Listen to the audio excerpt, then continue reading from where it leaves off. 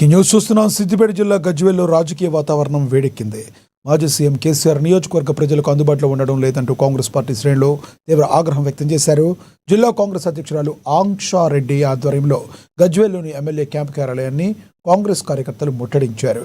ఈ క్రమంలో క్యాంప్ ఆఫీసులో ముఖ్యమంత్రి రేవంత్ రెడ్డి చిత్రపటాన్ని ఏర్పాటు చేసి బీఆర్ఎస్ ప్రభుత్వానికి వ్యతిరేకంగా నినాదాలు చేశారు.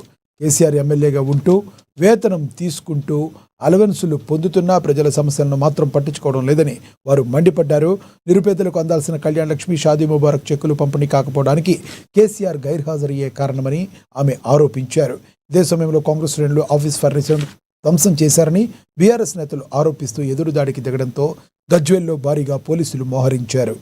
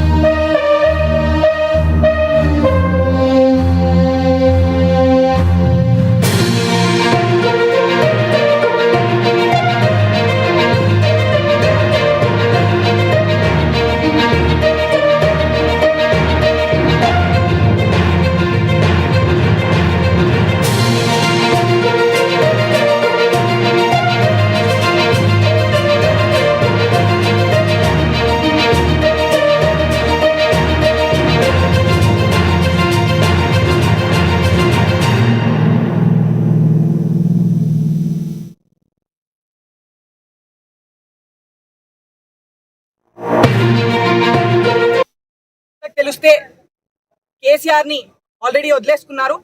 మొత్తం బీఆర్ఎస్ నే జీరో చేసేసి కాంగ్రెస్ వైపు మలుగుతారు అనేసి ఆ ప్రోగ్రామ్ ని ఆపాలి అనేసి ఫ్లెక్సీల ఫోటో లేదు, పని చేయని ఎమ్మెల్యే ఫోటోలు మేము ఎందుకు ఇస్తామండి?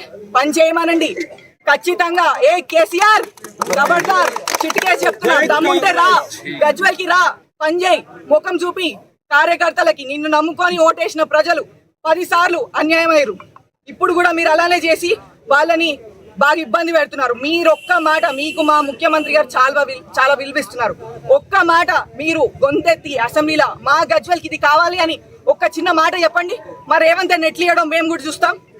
మీరు మా గజ్వేల్ ప్రజల కోసం ఏం చేస్తలేరు. మాకు ఒక ఎమ్మెల్యే లేడు, మా ఎమ్మెల్యే లేడు అనేసి మేము ఇన్ని రోజులు ముందటికెళ్తున్నాం. మా ప్రజలకు ఏం కావాలన్నా సీఎం దగ్గరికి తెచ్చుకుంటున్నాం. దయచేసి ఇప్పటి వరకు సీఎం రేవంత్ అన్న ఇప్పటికీ మీకు చాలా మర్యాద ఇచ్చాడు. ఆ మర్యాద కొరకే ఇన్ని రోజులు మీకు మర్యాద ఇచ్చాము. ఎప్పుడైనా మీ పేరు ముందు కేసీఆర్ గారు అన్నాం. ఇప్పటి నుంచి ఏం లేదు. కేసీఆర్ చిట్కేసి చెప్తున్నా, దమ్ముంటే వచ్చి పని చేయి. నువ్వు అట్లనే పండుకొని మా గవర్నమెంట్ ఇచ్చిన పైసలు తిని అట్లనే తిని తాగి వంట అంటే కాదు. దయచేసి ఇప్పుడు కొత్తగా బస్ స్టాండ్ అని తీసుకొస్తున్నారు. 10 ఏళ్ల నుంచి మీ ప్రభుత్వమే బస్ స్టాండ్